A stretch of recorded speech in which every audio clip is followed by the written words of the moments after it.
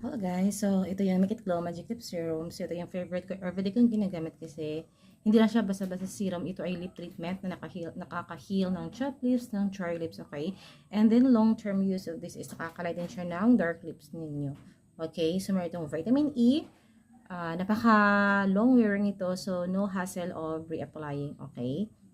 So, magic lip serum siya. So, kapag first time mo gagamit, konti lang ilagay mo muna kasi baka masya ka, di ba? Kasi napaka-pigmented niya, but of course, kahit pigmented siya, maganda pa rin ang kanyang color, okay? So, ang gamit ko today is yung plum. Aside sa plum, meron pa itong pink.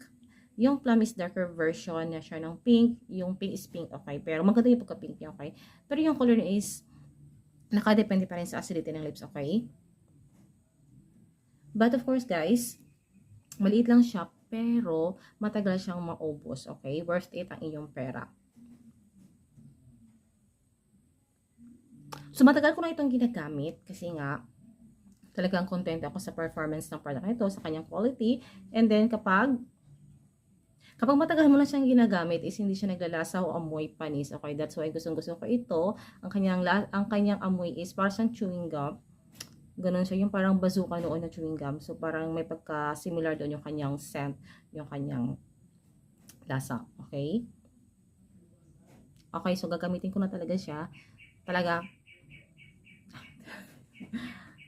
okay. Pero,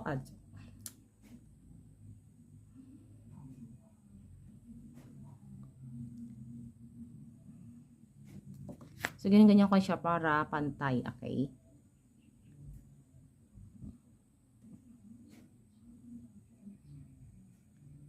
Ayan. Oily siya, pero pag gusto mo talaga na yung kanyang result is long wearing siya, transfer proof, after ng 1 minute, i-wipe mo lang itong oil na ito and then, yun na, transfer proof na siya. Okay? Check out na.